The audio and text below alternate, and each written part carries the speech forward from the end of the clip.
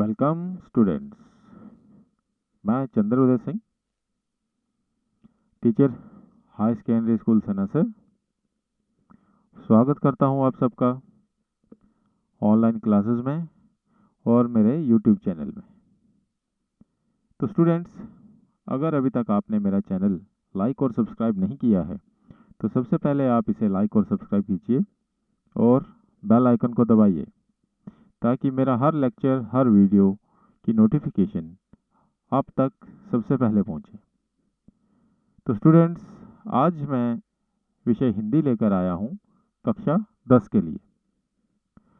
आज हमारा जो पाठ है वो है पर्वत प्रदेश में पावस, जो हम पहले भी पढ़ चुके हैं, जिसका सार हम कर चुके हैं। कविता है बहुत अच्छी, सुमित्रा नंदन पंत जी ने लिखी है। तो मेरा नाम है चंद्रोदय सिंह, फिर से बता देता हूँ। तो आइए शुरू करते हैं। आज हम इसका प्रश्न अभ्यास करेंगे जो हमारी पाठ्य पुस्तक में दिए गए प्रश्न हैं। आज हम करेंगे 1 से लेकर 4 तक के प्रश्नों के उत्तर। तो आइए पहला प्रश्न देखते हैं। पावस ऋतु में प्रकृति में कौन कौन से परिवर्तन आते हैं? कविता के आधार पर स्पष्ट कीजिए। तो जो कविता हम पढ़ चुके हैं, जिसका भावार्थ मैं आपको करा चुका हूँ, मेरे ब्लॉग पर भी उपलब्ध है और उसका यूट्यूब भी शायद उपलब्ध है, तो आप उसमें से भी देख सकते हैं। तो आंसर देखते हैं इसका जवाब क्या है। वर्षा ऋतु में मौसम बदलता रहता है, तेज वर्षा होती है, जल पहाड़ों के नीचे इकट्ठा होता है तो दर्पण जैसा लगता है, दर्पण शीशा जैसा लगता है। पर्वतमालाओं पर अनगिनत फूल खिल जाते हैं, ऐसा लगता है कि अनेकों नेत्र खोलकर पर्वत देख रहा है। पर्वतों पर बहते झरने मानो उनका गौरव गान गा रहे हैं। लंबे लंबे वृक्ष आसमान को निहारते चिंता मग्न दिखाई दे रहे हैं। अचानक काले काले बादल घिर आते हैं, ऐसा लगता है मानो बादल रूपी पंख लगाकर पर्वत उड़ना चाहते हैं। कोहरा धुएं जैसा लगता है, इंद्र देवता बादलों के यान पर बैठकर नए नए जादू दिखाना चाहते हैं। तो स्टूडेंट्स, ये है हमारे पहले प्रश्न का उत्तर। ठीक है, तो आगे बढ़ते हैं। आप चाहें तो इसका स्क्रीनशॉट भी ले सकते हैं, क्योंकि आपको आंसर लिखने में आसानी होगी। नहीं तो आप मेरे ब्लॉग पर जाकर वहाँ पर भी लिख सकते हैं। उसका एड्रेस मैं वीडियो के अंत में दिखाऊंगा और डिस्क्रिप्शन में भी दूंगा। तो आइए दूसरा प्रश्न देखते हैं। मेखलाकार शब्द का क्या अर्थ है? कवि ने इस शब्द का प्रयोग यहाँ क्यों किया है? तो मेखलाकार हमने देखना है। कवि ने मेखलाकार शब्द, ये दो शब्दों से मिलकर बना है। ठीक है ना, मेखल और आकार, दो शब्दों से मिलकर बना हुआ शब्द है ये मेखलाकार। तो आइए देखते हैं इसका आंसर क्या है। मेखलाकार शब्द का अर्थ है गोल, जैसे कमरबंद। कमरबंद कमर में बांधे जाने वाले वस्त्र या आभूषण को कहते हैं कमरबंद। ठीक है, तो कवि ने यहाँ पर मेखलाकार शब्द का अर्थ जो है वो कमरबंद के रूप में किया है। यहाँ इस शब्द का प्रयोग पर्वतों की श्रृंखला के लिए किया गया है। ये पावन ऋतु में दूर दूर तक गोल आकृति में फैले हुए हैं। आप देख सकते हैं कि जब हम उत्तर की तरफ दृष्टि डालते हैं तो पर्वतों की श्रृंखलाएं बहुत दूर दूर तक गोलाकार में फैली हुई होती हैं। तो इस प्रकार से कवि ने मेखलाकार शब्द का प्रयोग जो है वो कमरबंद के रूप में किया है कि पर्वत की श्रृंखलाएं पावस ऋतु में दूर दूर तक गोल आकृति में फैली हुई हैं।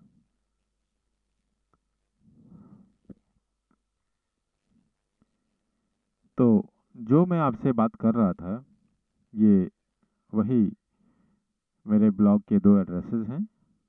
आप इनको लिख लीजिए या आप इनका स्क्रीनशॉट ले लीजिए। makingoffuture.blogspot.com और दूसरा भी makingoffuture.blogspot.com। तो ये जो है आपने स्मॉल लेटर्स में लिखना है, ठीक है। तो आगे बढ़ते हैं। ये वीडियो के डिस्क्रिप्शन में भी मैं शेयर करूंगा इस लिंक को, ठीक है। तो नेक्स्ट क्वेश्चन पे चलते हैं। नेक्स्ट क्वेश्चन है हमारा सहस्र ऋग सुमन। सहस्र ऋग सुमन, दृग सुमन से क्या तात्पर्य है? कवि ने इस पद का प्रयोग किसके लिए किया होगा? तो जो हम कविता पढ़ चुके हैं उसमें हमने ये डिस्कस किया था कि सहस्र ऋग सुमन से क्या तात्पर्य है, ठीक है। तो आइए इसका आंसर जानते हैं। पर्वतों पर हजारों रंग बिरंगे फूल खिले हुए हैं। कवि को पहाड़ों पर खिले हजारों फूल पहाड़ की आकृति आंखों के समान लगते हैं।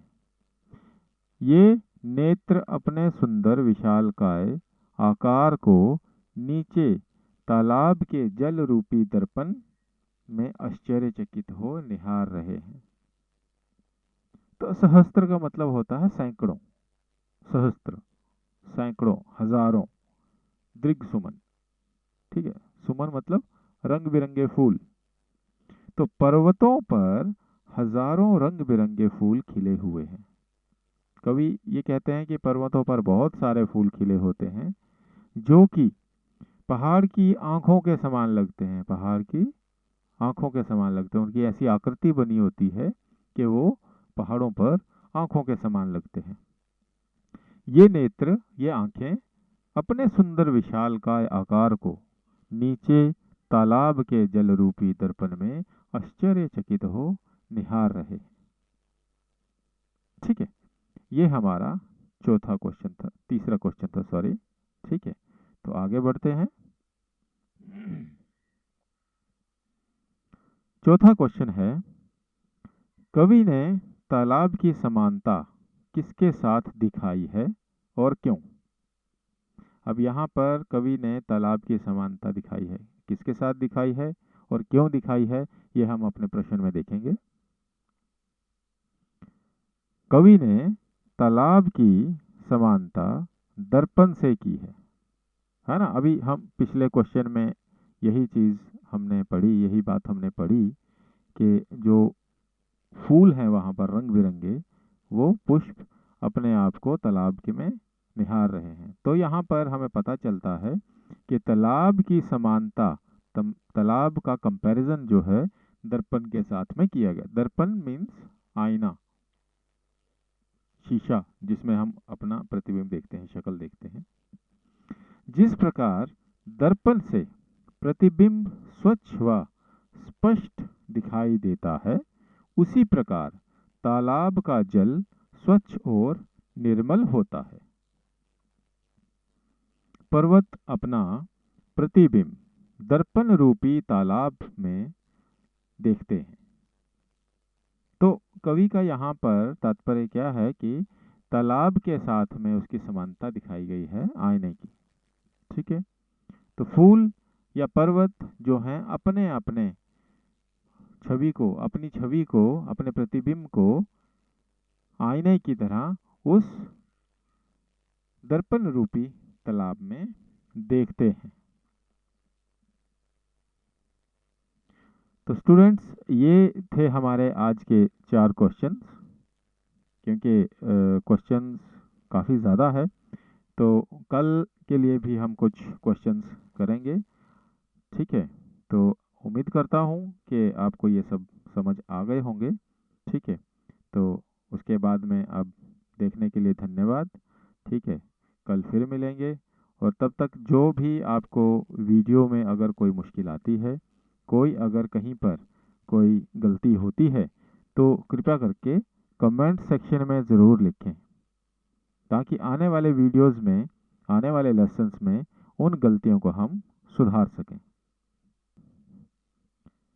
धन्यवाद।